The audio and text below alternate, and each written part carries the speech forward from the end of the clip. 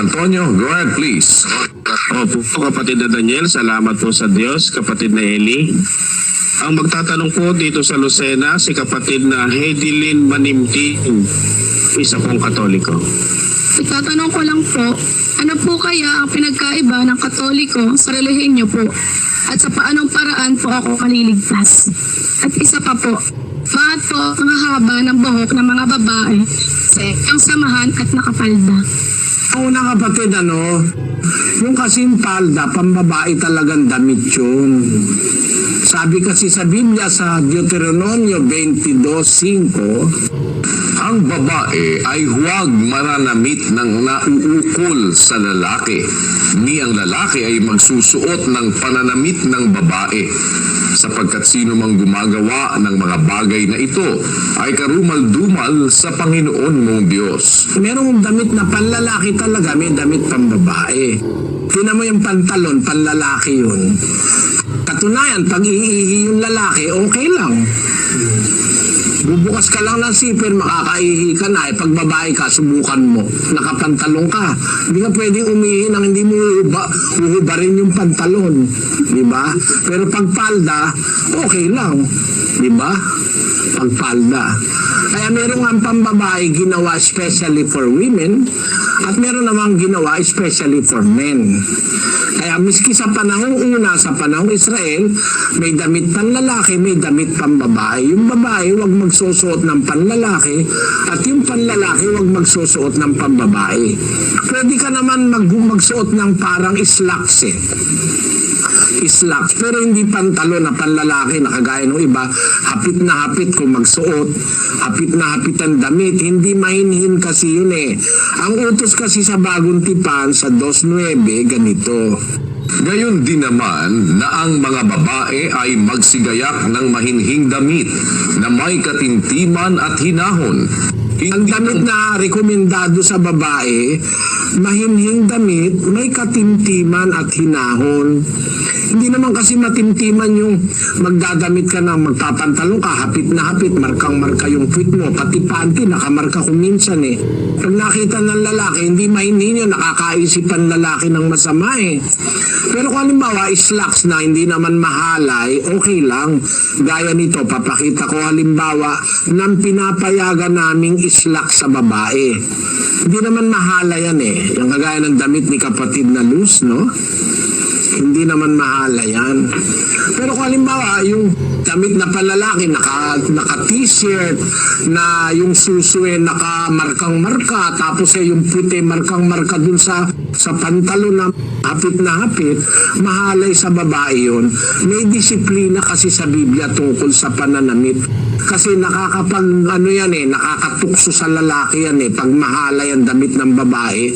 Kaya ang lalaki nangangalon niya tuloy kahit sa mata lang. Basahin natin ang Mateo 5:28.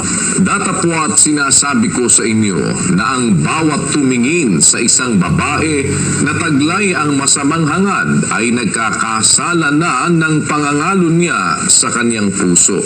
Kahit hindi mo pa nga sinisipigan yung babae, tinitingnan mo pa lang na masama ang hangad mo dahil masama nga itsura nakalabas ang dede.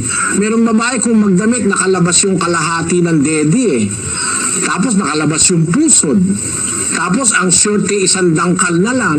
Talagang isang dangkal na lang yung short. Labas yung pusod, may tattoo pa sa ibaba ng pusod. Tapos nakalabas yung dede. Pagka lalaki ka at nag-i-interest ka, magkakasala ka tuloy ng pangangalo niya sa yung puso. Kaya ngayon, merong mga tao, kalonyero sa mata. Basahin natin ang 2 Pedro 2:14. Na may mga matang puspos ng pangangalo niya at hindi maaaring maglikat sa pagkakasala, na umaakit sa mga kaluluwang walang tiyaga, na may pusong sanay sa kasakiman, mga anak ng paglait. Tama kapatid, merong mga mata ngayong puspos ng pangangalo niya. May mga tao, sa mata pa lang, kitang-kita mo na nangangalon niya na, sabi ng banal na kasulatan. Kaya sa amin, ay may disiplina yung pati pananamit. Hindi kami pumapayag na ang aming mga babae, basta na lang kahit anong damit isusuot, lalo na yung mahahalay na pananamit. Bakit naman mahaba ang buhok ng ating mga kapatid? Nakasulat naman yan sa 1 Corinto 11:14. Hindi baga ang katalagahan din ang nagtuturo sa inyo na kung may mahabang buhok ang lalaki ay mahalay sa kanya? Datapwat kung ang babae ang may mahabang buhok ay isang kapurihan niya sapagkat ang buhok sa kanya ay ibinigay na pinakalambong. Ang lalaki, pag mahaba ang buhok, mahalay sa kanya, sabi ng salita ng Diyos. Pero pag ang babae, mahaba ang buhok, kapurihan niya. It is a glory to her. Sabi, kaya ganun kapatid. Yun ang reason kasi nasa Biblia yun no? Pero tinan mo yung mga madring Katoliko, paniwala nila, nagbabanal sila.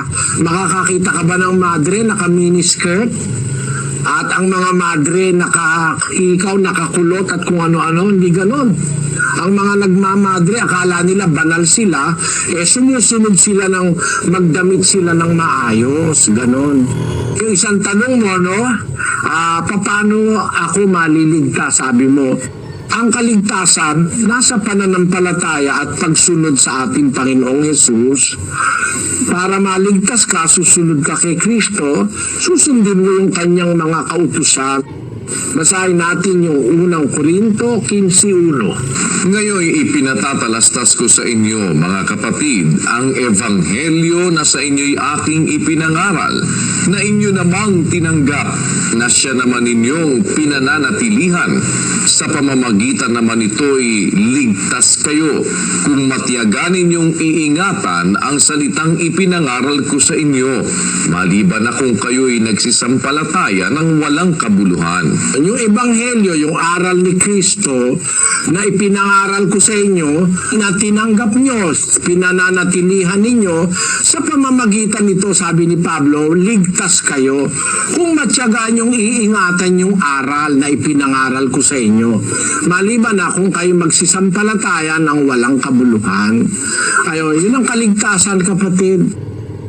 Sana naunawaan mo, kapatid na Heidelin. Yan. And sa pamamagitan po niyan ay muli tayo po ay magpapasalamat una sa Panginoon sa isa pang mabuting pagkakataong ipinagkaloob sa atin upang tayo po ay makapagsagawa ng Bible exposition sa araw na ito.